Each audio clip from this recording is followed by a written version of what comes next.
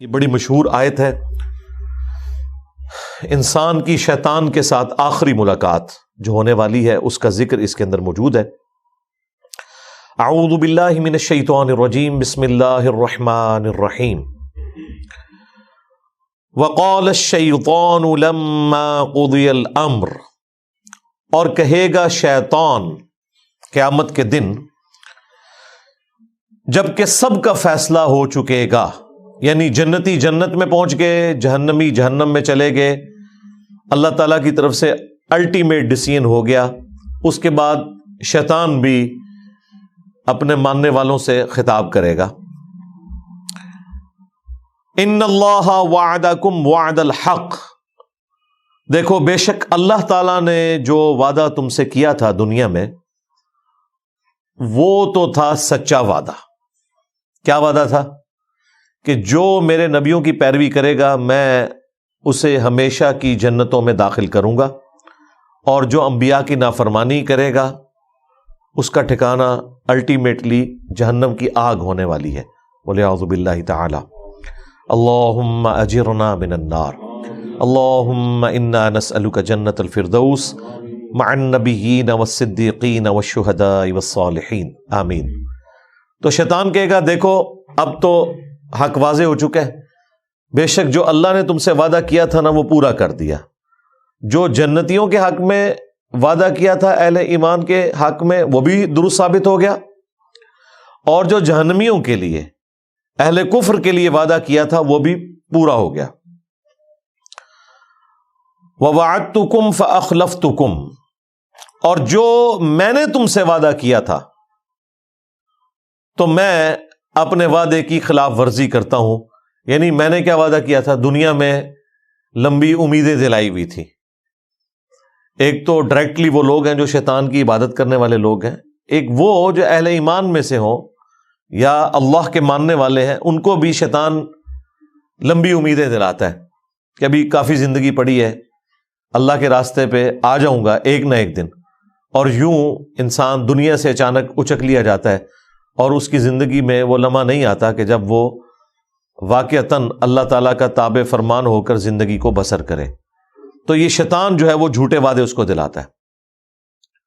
ایک اور وعدہ جو شیطان دلاتا ہے کہ اللہ تعالیٰ بڑا غفور رحیم ہے، معاف کر دے گا، at the end of the day اس نے سب کو چھوڑ دینا ہے۔ دیکھو کوئی ماں اپنے بچے کو جہنم میں نہیں پھینک سکتی، تو یہ کیسے ہو سکتا ہے کہ اللہ تعالیٰ اپنے بندوں کو جہنم میں پھینکے؟ یہ تو اللہ تعالیٰ کی رحمت کے بھی خلاف ہے۔ یہ بھی شیطان نے جھوٹے وعدے دلائے ہوئے۔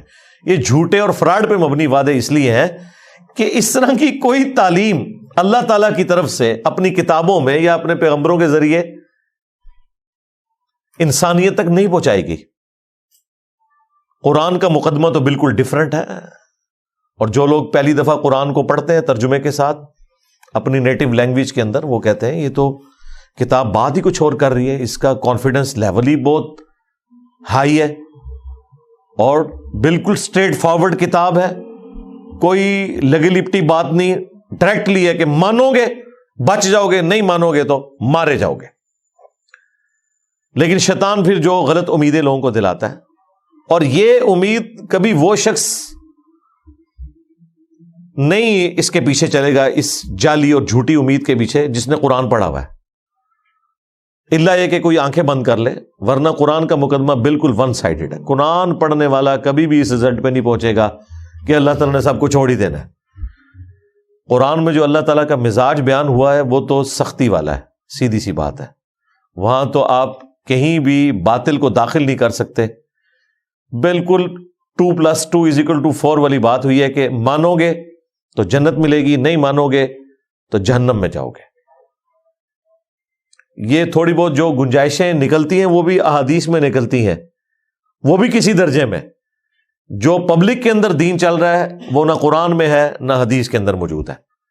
تو یہ شیطان جو لمبی لمبی امیدیں دلاتا تھا، تو شیطان کہے گا کہ میں نے بھی دنیا میں تم سے وعدہ کیا تھا، تو آج میں وہ ٹروتھ ریویل کر رہا ہوں کہ لو جی میں تو مکر گیا جے اپنے وعدے تو،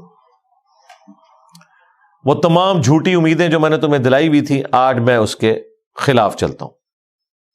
انہی امیدوں میں سے ایک امید یہ بھی ہے کہ جو کچھ بھی ہے تیرے محبوب کی امت سے. اب یہ باتیں کیا صحابہ کرام کو اہل البیت کو نہیں پتہ تھی؟ لیکن ان کی زندگیاں تو خوف خدا سے عبارت ہیں. خود اللہ کے محبوب صلی اللہ علیہ وآلہ وسلم نے جس سختی کے ساتھ اپنی امت کو سمجھایا ہے وہ تو بالکل ون سائیڈڈ مقدمہ ہے. بخاری مسلم دونوں میں حدیث ہے. اللہ کے محبوب صلی اللہ علیہ وآلہ وسلم نے فرمایا دیکھو اپنے مال کی زکوٰۃ ادا کرنا، اللہ کا حق جو ہے وہ دینا، مال غنیمت میں خرد برد نہ کرنا، بیت المال کے اندر بے ایمانی نہ کرنا. ایسا نہ ہو کہ قیامت کے دن تم میں سے کسی شخص کی گردن پہ اونٹ سوار ہو اور وہ چیخ رہا ہو اغثنی یا رسول اللہ، یا رسول اللہ میری مدد فرمائے، میں تمہارے کچھ کام نہیں آؤں گا، میں نے جو کچھ بتانا تھا تمہیں دنیا میں بتا دیا. ایسا نہ ہو کہ کسی شخص کی گردن پہ اس کی گائے سوار ہو جس کی اس نے زکوٰۃ ادا نہیں کی اور وہ چیخ کے کہہ رہا ہو اغثنی یا رسول اللہ، یا رسول اللہ میری مدد کیجئے، میں تمہارے کچھ کام نہیں آؤں گا، میں نے دنیا میں جو تمہیں بتانا تھا بتا دیا. پھر نبی الاسلام نے مختلف چیزیں گنوائیں، کسی کی گردن پہ بکری سوار ہو. آپ حیران ہوں گے جب ہم میٹرک میں پڑھتے تھے تو ہم نے یہ بیج لگایا ہوتا تھا اغثنی یا رسول اللہ، یا رسول اللہ میری مدد فرمائے. اور جس حدیث سے یہ جملہ نکالا ہوا ہے اس حدیث میں تو یہ ہے کہ یا رسول اللہ میری مدد فرمائے، اور رسول اللہ کیا کہیں گے میں نے دنیا میں جو بتانا تھا وہ بتا دیا. بالکل الٹ چل رہا ہے معاملہ. پھر بخاری مسلم میں وہ مشہور زمانہ حدیث جب اللہ تعالیٰ نے قرآن میں سورہ شعراء میں فرمایا نا کہ اپنے قریبی رشتہ داروں کو ڈر سناؤ، تو نبی الاسلام نے ایک ایک رشتہ دار کو بلایا. اے نبی کے چچا عباس میرے مال سے جو لینا ہے لے لے، اگر اللہ کے حضور پکڑا گیا تو میں تیرے کچھ کام نہیں آؤں گا. اے نبی کی پھوپھی صفیہ میرے مال سے جو لینا ہے وہ لے لے، اگر اللہ کے حضور تو پکڑی گئی تو وہاں میں تیرے کچھ کام نہیں آؤں گا. اے نبی کی بیٹی فاطمہ میرے مال سے جو لینا ہے وہ لے لے، یعنی دنیا میں میں اس کا مالک ہوں، لیکن اگر اللہ کے حضور تو پکڑی گئی تو میں تیرے کچھ کام نہیں آؤں گا. حالانکہ سیدہ فاطمہ ڈیفینیٹلی جنتی عورتوں کی سردار ہیں. بیسیکلی ان کو سینٹرڈ کر کے ہمیں بتایا جا رہا تھا کہ اگر کوئی فراڈیا آپ کو یہ کہے کہ میرے سلسلے میں بیعت ہو جاؤ میں تمہیں جنت میں اپنے ساتھ لے کے جاؤں گا، تو آپ نے سمجھ لینا ہے کہ ایک کہانی ہے. بالکل اس لیے نبی اسلام نے یہ بتایا. پھر صحیح مسلم میں حدیث ہے جسے اس کے عمل نے پیچھے چھوڑ دیا اس کا نسب اسے آگے نہیں لے کے جا سکتا. ہاں اگر جس کے اعمال درست ہیں پھر اسے فائدہ ہو سکتا ہے نسبت کا. پھر حسن و حسین ہی جنتی نوجوانوں کے سردار ہیں، نبی الاسلام کی بیٹی ہی جنتی عورتوں کی سردار ہے، لیکن یہ صرف نسبت کی وجہ سے نہیں ہے، اعمال بھی ایسے ہیں. دوسری طرف حضرت نوح علیہ السلام کا بیٹا نسبت کوئی کام نہیں آئی کیونکہ اس کے عمل نے اس کو پیچھے چھوڑ دیا. تو شیطان قیامت کے دن اعلان کر دے گا جو میں نے دنیا میں تم سے وعدہ کیا تھا نا میں تو آج اعلان برات کر رہا ہوں تم سے. یعنی دیکھیں اینڈ ٹائم پہ آ کے وہ دھوکہ دے جائے گا. ہمیں تو ویسے دنیا میں ہی پتا ہے، اور یہ اللہ تعالیٰ کی شفقت ہے کہ اس نے اس دنیا میں آخرت کی فلم چلا دی ہے. یعنی یہ ہونے کے بعد اگر پتہ چل رہا ہو تو انسان کہے گا کاش مجھے دنیا میں پتہ چل جاتا نا تو میں اپنا راستہ درست کر لیتا. تو سرکار دنیا میں پتہ چل چکا ہے، پیپر آؤٹ ہو چکا ہے، اس کے جوابات بھی بتا دیے گئے ہیں. صرف پیپر نہیں آؤٹ ہوا، جواب بھی بتا دیے گئے. اب کوئی شخص خود ہی بدبخت ہے کہ وہ پیغمبروں کا راستہ چھوڑ دے اور شیطان کے راستے کے اوپر چلے. ابھی تو جناب ذرا اگلے الفاظ سنیں. وما کان لی علیکم من سلطان، اور مجھ میں تو ایسی کوئی قدرت نہیں تھی تمہارے معاملے میں کہ میں تم پر کوئی زور زبردستی کر سکتا.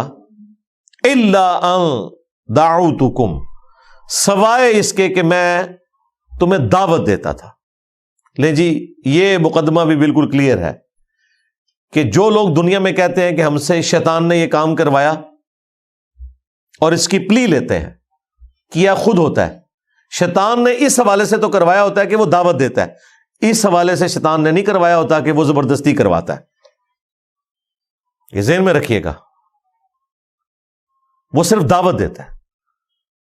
وہ تو یوسف علیہ السلام نے بھی کہا تھا کہ شیطان نے میرے بھائیوں اور میرے درمیان جدائی کر دی، لیکن یوسف علیہ السلام کے کہنے کا مقصد یہ نہیں تھا کہ میرے بھائی بے قصور ہیں، نہ، انہوں نے معافی مانگی ہے، دعوت دی شیطان نے.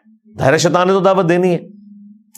تو یہاں پر واضح ہے کہ شیطان قیامت کے دن کہے گا کہ مجھے تم پر کوئی زور نہیں تھا سوائے اس کے کہ میں تمہیں صرف بلاتا تھا برائی کی طرف. اور دنیا میں اچھائی کی طرف بلانے والے لوگ اور وہ سگنلز زیادہ آتے ہیں آپ کی زندگی میں ایز کمپیئر ٹو برائی کے. اگر آپ لسٹ ڈاؤن کریں اپنے بچپن سے لے کے جوانی تک، ماں باپ، رشتہ دار، ٹیچرز، دوست، احباب، زیادہ تر لوگ آپ کو اچھائی کی طرف بلا رہے ہوتے ہیں. وہ لوگ بھی جو خود برائی پہ چل رہے ہوتے ہیں نا، وہ بھی آپ کو اچھائی کا ہی درس دے رہے ہوتے ہیں. تو سگنلز تو وہاں سے بھی آ رہے ہوتے ہیں. یہ تو انسان کی اپنی مرضی ہے نا کہ وہ اچھا سگنل لیتا ہے یا برا سگنل لیتا ہے. تو شیطان صرف دعوت دیتا تھا دنیا میں، زور کوئی نہیں تھا.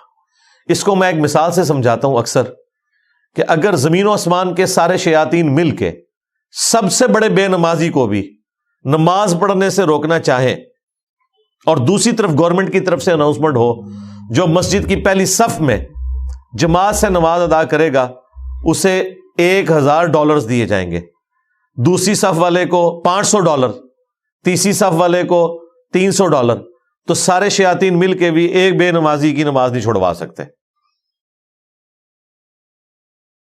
پھر وہ شیطان کا زور کہاں چلا گیا؟ اس وقت بھی شیطان دعوت دے رہا ہوگا، لیکن جب انسان کو اپنا نفع نقد نظر آ رہا ہے نا، تو شیطان تے شاہی کوئی نہیں سرکار، جدو نفع نقد نظر آ جائے. تو اللہ کے جو کمیٹڈ بندے ہیں، اللہ کے اولیاء ہیں، اللہ کے نیک بندے ہیں، اللہ کا خوف رکھنے والے لوگ ہیں، انہیں آخرت بھی نقد نظر آ رہی ہوتی ہے اپنے سامنے. اس لیے وہ اس طرح کے گناہوں سے بچ جاتے ہیں، برائی کے اعمال سے بچ جاتے ہیں، اور نیکیوں پہ ان کو استقامت نصیب ہو جاتی ہے. اس کا سائملٹینیس کنٹراسٹ، اگر گورنمنٹ یہ اناؤنسمنٹ کرے کہ جس نے فجر کی نماز جماعت سے نہ پڑھی اسے 15 منٹ کے لیے ایک گرم تندور میں الٹا لٹکایا جائے گا دنیا کے اندر ہی، پھر بھی آپ دیکھیں کوئی شخص سستی کا شکار نہیں ہوگا. اگر واقعی ایسا ہو جائے، آپ اپنے ملکوں میں دیکھ لیں، یہاں کے بگڑے ہوئے لوگ جب یورپ اور امریکہ میں جاتے ہیں کوئی قانون کی خلاف ورزی نہیں کرتے، انہیں پتا ہے یہاں پہ سگنل توڑنے کے اوپر اتنا بڑا جرمانہ ہے. اور وہاں 15-20 سال گزارنے کے بعد پاکستان میں جیسے ہی لینڈ کرتے ہیں تو فوراً یہاں پہ قانون توڑنا شروع کر دیتے ہیں. دنیا میں بھی ہم نے دیکھ لیا کہ جب چیک ہوتا ہے نا آپ کے اوپر، فزیکل چیک، پھر یہ انٹلیکچوئل جو چیک ہے یہ خود بخود ختم ہو جاتا ہے. جو مرضی آپ کو برائی کی طرف ابھارے آپ وہ برائی نہیں کریں گے. تو شیطان بھی قیامت کے دن کہے گا مجھے تم پر کوئی زور نہیں تھا. آج تک کبھی ایسا نہیں ہوا کہ کوئی شخص نماز پڑھنے کے لیے مسجد میں جائے اور اس کے سامنے شیطان فزیکلی مسجد کے دروازے پہ کھڑا ہو اور کہ میں نے تمہیں اندر نہیں جانے دینا، نیور، یا وہ بازو سے پکڑ کے کہیں اور پھینک دے. ایسا کبھی بھی نہیں ہوگا، اسے زور ہی کوئی نہیں ہے. اور یہ بھی نہیں ہوگا کہ اذان کی آواز سن کر آٹومیٹکلی آپ کے قدم مسجد کی طرف چل پڑے. ہاں، وہ اللہ نے آپ کو اختیار دیا ہوا ہے، اسی کے بدلے آپ کو جنت ملنے والی ہے. اتنا آسان کام ہوتا تو پھر ٹیسٹ تو ختم ہو جاتا، پھر جنت اور دوزخ والا معاملہ تو ختم ہو جاتا. بخاری مسلم میں حدیث ہے، اللہ تعالیٰ نے جنت کو ناگوار چیزوں سے ڈھانپ رکھا ہے اور دوزخ کو خوشگوار چیزوں سے ڈھانپ رکھا ہے. یعنی جنت تک پہنچنے کے لیے آپ کو ناگوار چیزوں کا سامنا کرنا پڑے گا. نمازوں کی مشقت، غسل کی مشقت، روزوں کی مشقت، حلال اور حرام میں تمیز کرنے کی مشقت، یہ ساری ناگوار ہیں طبیعت کے اوپر چیزیں. اور جہنم کو اللہ تعالیٰ نے خوشگوار چیزوں سے ڈھانپ رکھا ہے. یعنی تمام شہوات، گناہ کے کام جن میں دنیا میں اللہ نے لذت رکھی ہوئی ہے، وہ ہمارے ٹیسٹ کے طور پہ، وہ جہنم یعنی دوزخ میں لے جانے والی ہے۔ اور اس کی ایکسپلینیشن اس حدیث سے ہوتی ہے مشہور زمانہ، جامعہ ترمذی، ابو داؤد، نسائی، ابن ماجہ میں حدیث ہے۔ حضرت جبرائیل علیہ السلام کو اللہ تعالیٰ نے فرمایا جب جنت کو پیدا کیا کہ جا کے جنت کو دیکھ کے آؤ۔ جب وہ واپس آئے انہوں نے کہا یا اللہ مجھے نہیں لگتا کہ کوئی شخص تن من دھن نہیں لگا دے گا اس جنت میں پہنچنے کے لیے، کوئی ایسا شخص نہیں ہوگا، سارے کے سارے اس جنت کے لیے کوشش کریں گے۔ پھر اللہ تعالیٰ نے جنت کو ناگوار چیزوں سے ڈھانپ دیا اور حضرت جبرائیل علیہ السلام سے کہا کہ اب ذرا جنت کو دیکھو جا کے۔ انہوں نے جب دیکھا نا کہ جنت تک پہنچنے کے لیے یہ ہرڈلز عبور کرنی پڑیں گی، مشقتیں اٹھانی پڑیں گی، حلال اور حرام میں تمیز کرنی پڑے گی، واپس آئے تو اللہ تعالیٰ نے فرمایا کہ سنا۔ انہوں نے کہا یا اللہ مجھے نہیں لگتا کہ کوئی شخص جنت میں پہنچنے میں کامیاب ہوگا، جتنا مشکل ٹیسٹ رکھتی ہے۔ پھر اللہ تعالیٰ نے جہنم کی طرف بھیجا، واپس آئے، پوچھا، ان کا یا اللہ کون بدبخت ہوگا جو اس جہنم کے لیے کوشش کرے گا؟ مجھے تو نہیں لگتا کہ کوئی شخص ایسا عمل کرے کہ جہنم تک پہنچ جائے۔ پھر اللہ تعالیٰ نے جہنم کو یعنی دوزخ کو شہوات سے، خوشگوار چیزوں سے ڈھانپ دیا، ان کی لذتوں سے، لیکن ہے حرام کام۔ پھر اللہ تعالیٰ نے فرمایا اب جا کے جہنم کو دیکھ۔ جب دیکھا انہوں نے کہا کہ مجھے نہیں لگتا کہ کوئی شخص بچ سکے گا، کسی نہ کسی طریقے سے پہنچ جائے گا اس جہنم کے اندر۔ تو یہ بڑا سینسٹیو مسئلہ ہے۔ شیطان قیامت کے دن کہے گا کہ میرا کوئی زور نہیں سوائے اس کے کہ میں نے تمہیں دعوت دی تھی، فاستجبتم لی، پس تم نے میری دعوت قبول کر لی۔ یعنی دعوت مؤذن بھی دے رہا تھا اذان کے ذریعے مسجد میں، اور دل سے بھی سگنل آ رہے تھے۔ انسان کی اپنی انسٹنکٹ کے اندر موجود ہے، جھوٹ بولنا برا ہے، سچ بولنا اچھا ہے، یہ ہر انسان کو پتا ہے۔ کسی کو دھوکہ دینا برا ہے، کسی کے ساتھ خیر خواہی کرنا اچھا ہے۔ تو ہماری انسٹنکٹ کے اندر اللہ تعالیٰ نے اچھائی اور برائی کی تمیز رکھ دی ہے۔ فَأَلْهَمَهَا فُجُورَهَا وَتَقْوَاهَا۔ یہ جو قرآن کی تعلیمات ہیں، انبیاء اکرام کی جو وحی ہے، یہ تو نور علی نور ہے۔ آلریڈی ہماری انسٹنکٹ کے اندر نور موجود ہے اچھائی اور برائی میں تمیز کرنے کا، انبیاء کی دعوت کے بغیر بھی موجود ہے۔ لیکن یہ انبیاء کی دعوت کے ذریعے اللہ تعالیٰ نے حجت تمام کی ہے کہ کوئی شخص قیامت کے دن، سورہ النساء میں آتا ہے نا کہ ہم نے رسولوں کو، انبیاء کو اس لیے بھیجا کہ اللہ کے خلاف کوئی حجت نہ قائم کر سکے۔ رسولوں کے آنے کے بعد کوئی بالکل ہی گیا گزرا آدمی تھا، ہٹ دھرمی پہ اڑا ہوا تھا، اس کے لیے بھی حجت تمام ہو جائے کہ مجھے بتا دیا گیا تھا دنیا میں، تو میں نے تو صرف تمہیں دعوت دی تھی اور تم نے وہ میری دعوت قبول کر لی۔ فلا تلومونی، تو آج کے دن مجھے ملامت مت کرو، مجھے برا نہ کہو۔ ہاں، شیطان کہہ رہے ہیں میرے خلاف بھی کلپ نہیں ریکارڈ کرانا، کلپ ریکارڈ کروانا ہے تو وَلُومُوا أَنفُسَكُمْ، اپنے آپ کو ملامت کرو۔ وہ پنجابی میں محاورتاً بولا جاتا ہے نا، منو نہ پیٹ، اپنی جان نو پیٹ۔ آج مجھے ملامت نہ کرو، اپنی جان کو ملامت کرو۔ ما انا بمصرخکم، میں آج کے دن تمہاری کوئی فریاد نہیں سن سکتا، کوئی مشکل کشائی تمہارے ساتھ نہیں کر سکتا۔ وما انتم بمصرخی، اور نہ تم کوئی میری مدد کر سکتے ہو۔ دیکھ لیں بالکل اس نے سب کچھ چھوڑ دیا۔ اگر کوئی امید بھی تھی کسی شیطان کے اوپر تو وہ بھی ختم ہو گئی۔ یہ شیطان وہ بڑا شیطان بھی ہوگا اور اس کے جتنے چیلے ہیں وہ بھی شیاطین۔ ان بزرگوں کے بارے میں بھی آیا ہوا ہے سورۃ الاعراف کے اندر کہ جب کبھی بھی کوئی امت جہنم میں داخل کی جائے گی تو وہ اپنے بزرگوں کے اوپر لعنت بھیجے گی اور کہے گی اے اللہ ہمارے بزرگوں کو ڈبل عذاب دے کہ ان کی وجہ سے ہم گمراہ ہوئے۔ اللہ تعالیٰ فرمائے گا تم دونوں کے لیے ڈبل عذاب ہے۔ اور جب وہ جہنم میں پہنچیں گے تو ان کے پھر بزرگ کہیں گے ہاں بھائی کوئی فائدہ تو نہیں ہوا، دیکھو تمہارے لیے بھی ڈبل عذاب ہے۔ سورۃ العذاب میں بھی آیا اینڈ پہ جا کے، کیونکہ ہر آنے والا اپنے بعد آنے والے کے لیے تو بزرگ ہی ہے نا، اس کے لیے وہ غلط لیگیسی چھوڑ کے جا رہا ہے نا۔ انی کفرت بما اشرکتمونی، بے شک میں کفر کرتا ہوں، اس معاملے میں انکار کرتا ہوں جو تم میرے ساتھ شریک ٹھہرایا کرتے تھے، من قبل، آج سے پہلے، یعنی میں اس کا بھی انکار کرتا ہوں۔ تم نے اپنا بیڑا غرق خود کیا، اگر تم نے مجھے شریک ٹھہرایا اللہ کے مقابلے پہ، اپنی نفسانی خواہشات کو شریک ٹھہرایا، تو میں اس سے بھی انکاری ہوں، میرا کوئی لینا دینا نہیں، میں نے تو صرف دعوت دی تھی، برائی پہ تم خود چلے، اگر تم نے اللہ کے مقابلے پہ مجھے کھڑا کیا تو مجرم تم ہو، میں اعلان برات کرتا ہوں۔ ان الظالمین لہم عذاب علیم، بے شک جو ظالم ہے ان کے لیے دردناک عذاب ہے۔ اللہم اجرنا من النار۔ دیکھ لیں جی، جن پہ تکیہ تھا وہی پتے ہوا دینے لگے، شیطان کے اوپر تکیہ کر کے بیٹھے ہوئے تھے، شیطان کے ایجنٹوں کے اوپر تکیہ کر کے بیٹھے ہوئے تھے، جن بزرگوں کے اوپر تکیہ کر کے بیٹھے ہوئے تھے وہ تو خود جہنم میں پہنچ گئے۔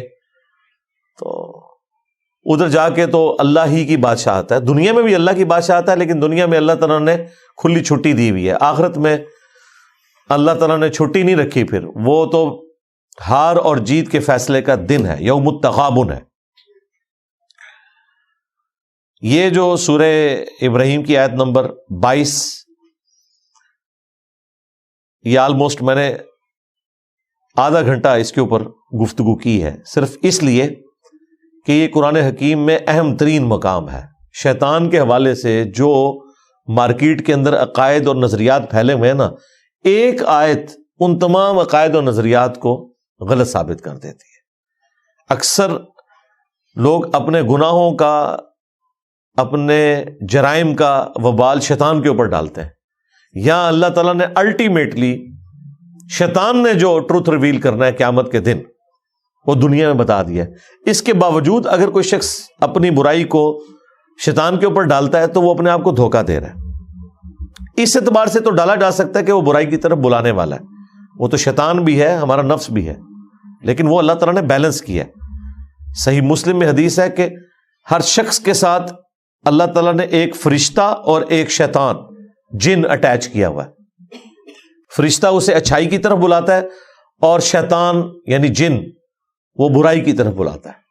تو اللہ نے بیلنس کیا ہوا ہے، دعوت دونوں طرف سے آ رہی ہے۔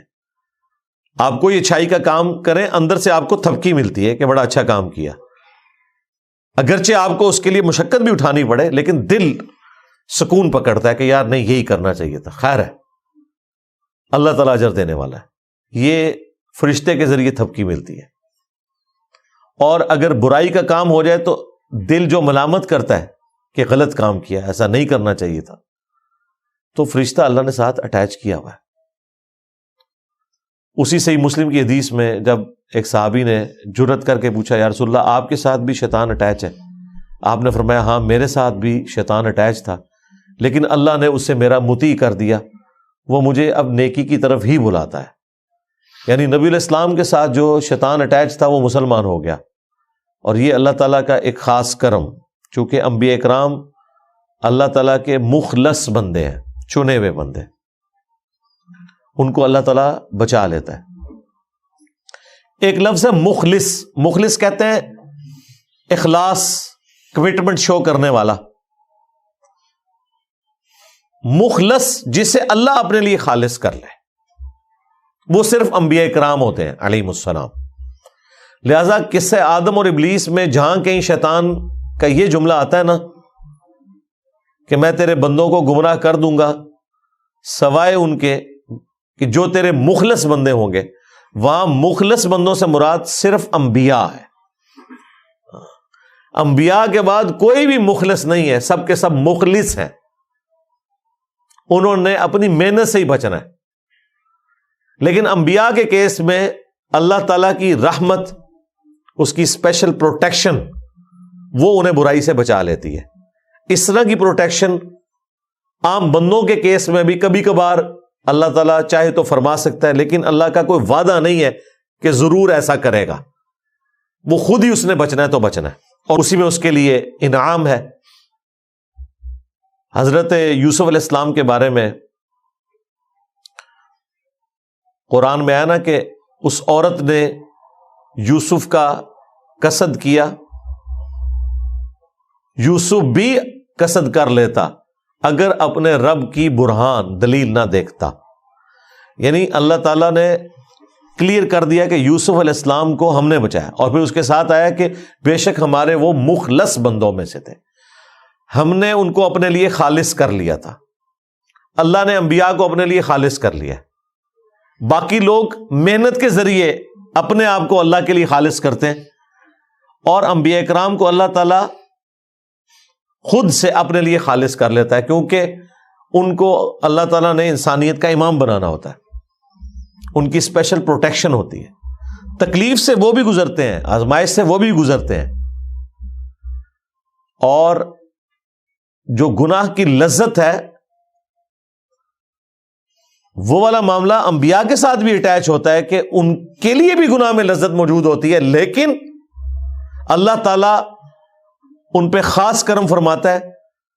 اللہ کے خوف اور تقوی کا ایسا ان پہ غلبہ ہوتا ہے کہ گناہ کی لذت پھر پیچھے رہ جاتی ہے.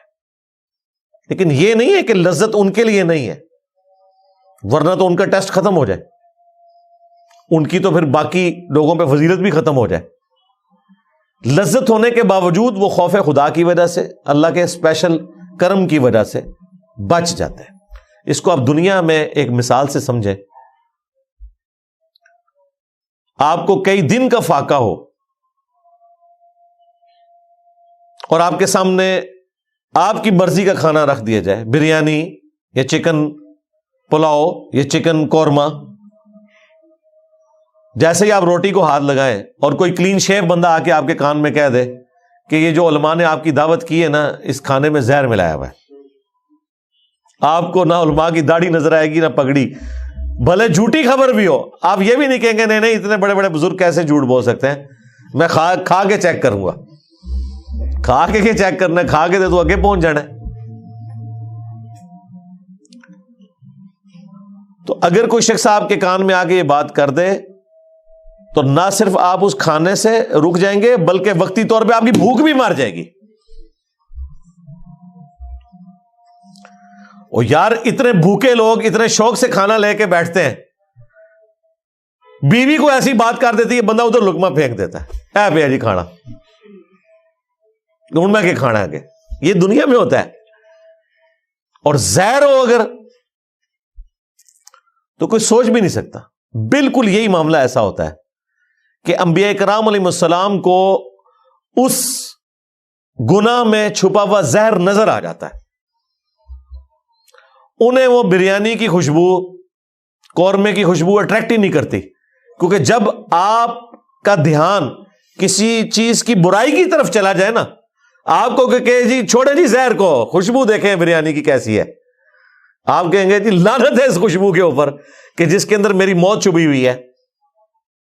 خوشبو بھی اس کی جو ہے نا اٹریکٹ کرنا آپ کو بند کر دے گی. ایک اور مثال، موٹر وے پہ آپ کبھی سفر کریں، جو بندے پہلی دفعہ موٹر وے پہ جاتے ہیں نا، تو ظاہر ہے جو دونوں طرف کی گرینری ہے، خوبصورتی ہے، اور بالکل ایک دنیا سے الگ آپ جا رہے ہوتے ہیں ٹریولنگ کرتے ہوئے، انجوائے کرتے ہیں. لیکن اگر آپ پبلک ٹرانسپورٹ میں سفر کر رہے ہیں اور آپ کو سخت پیشاب آیا ہوا ہے اور ڈرائیور کہتا ہے جی کہ اگلا سٹاپ تو آئے گا 50 کلومیٹر بعد، اس سے پہلے تو میں نے گاڑی کوئی نہیں روکنی، اور اس بس کے اندر کوئی انتظام بھی ٹوائلٹ کا موجود نہیں ہے، اس سخت تکلیف کے اندر اگر آپ کو کہ او دیکھ کتنا سونا درخت ہے یار، آپ کو کیا اس درخت کی خوبصورتی اٹریکٹ کرے گی؟ نہیں. آپ کی ٹوٹل توجہ اس وقت یہ ہوگی کہ کسی طریقے سے میری عزت بچ جائے اور میں اس تکلیف سے نکل جاؤں.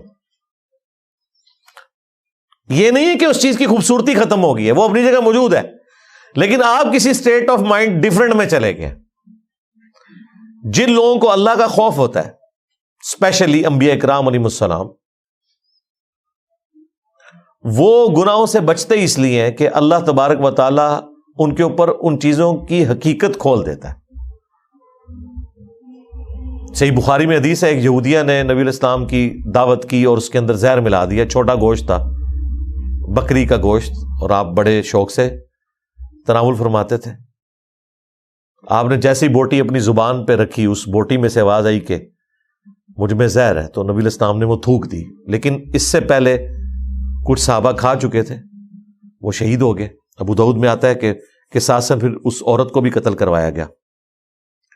البتہ نبی علیہ السلام کی زبان پہ رکھنے کی وجہ سے اس زہر کا اثر آپ کے اندر چلا گیا. اور پھر 4 سال کے بعد جب نبی علیہ السلام کی وفات کا وقت قریب آیا تو اللہ تعالیٰ نے اس زہر کو واپس کیا اور آپ کی ڈیتھ اس زہر کے اثر کی وجہ سے ہوئی. بخاری میں آتا ہے اے عائشہ جو خیبر کے موقع پہ مجھے زہر دیا گیا وہ مسلسل میری رگیں کاٹ رہا ہے. تو یہ ایک معجزانہ معاملہ ہے. جب نبی علیہ السلام کو اللہ تعالیٰ نے وہ دکھا دیا, پھر ظاہر ہے آپ تو وہ اپنا پسندیدہ گوشت بھی اندر نہیں کریں گے, آپ نے تو تھوک دیا. تو شیطان جتنا مرضی مزین کر کے پیغمبروں کے سامنے, اللہ کے نیک بندوں کے سامنے برائی کو پیش کرے, بہرحال جب ان کی توجہ اس عذاب کی طرف جاتی ہے, اس تکلیف کی طرف جاتی ہے جو اس چھوٹی سی لذت کے اگینسٹ ہونے والی ہے, تو ان کے لیے پھر اس لذت کو چھوڑنا آسان ہو جاتا ہے, کیونکہ اس لذت کے اندر چھپی ہوئی سزا کی کڑواہٹ, اس کی تکلیف ان کے اوپر ایسا غلبہ کرتی ہے کہ وہ بچ جاتے ہیں. اس وجہ سے وہ مخلص بندے ہوتے ہیں. نان انبیاء کیا کریں گے عددن انبیاء, وہ پھر دین کا علم اتنا حاصل کریں اور کانٹینیوسلی اللہ تعالی کے ساتھ کمیٹڈ رہے, تو وہ بھی کسی نہ کسی درجے میں اس مقام کو حاصل کر سکتے ہیں. اسی لیے ہم مانتے ہیں کہ انبیاء اکرام تو معصوم ہیں, مخلص ہیں, لیکن انبیاء اکرام کے اہل البیت, ان کے جانثار صحابہ حضور کی صحبت کی وجہ سے یا انبیاء اکرام علیہ السلام کی صحبت کی وجہ سے بہرحال اس لیول پہ پہنچ جاتے ہیں کہ ان سے بھی گناہ پھر سرزد نہیں ہوتا, کیونکہ گناہ کی برائی اور اس کا عذاب ان پہ عیاں ہو چکا ہوتا ہے. اس کی وجہ سے کبھی بھی ان کا ہاتھ اس طرف بڑھتا نہیں ہے. جس کا ہاتھ ایک دفعہ گرم استری سے جل جائے نا, وہ دوبارہ ٹھنڈی استری کو بھی اس طریقے سے ہاتھ نہیں لگاتا, یوں کر کے صرف چیک کرتا ہے, بھلے اسے یقین ہو یہ ٹھنڈی بھی ہے, رسک کو ہی نہیں لیتا نا. تو جن کے اوپر آخرت کی حقیقت کھل چکی ہوتی ہے, اللہ تعالیٰ کے عذاب کی حقیقت کھل چکی ہوتی ہے, وہ بچ جاتے ہیں پھر اس طرح کی چیزوں سے. اللہم اجرنا من النار, سبحانک اللہم و بحمدک, اشہد ان لا الہ الا انت, استغفرک و اتوب الیک, وما علینا الا البلاغ المبین. جزاکم اللہ خیرا.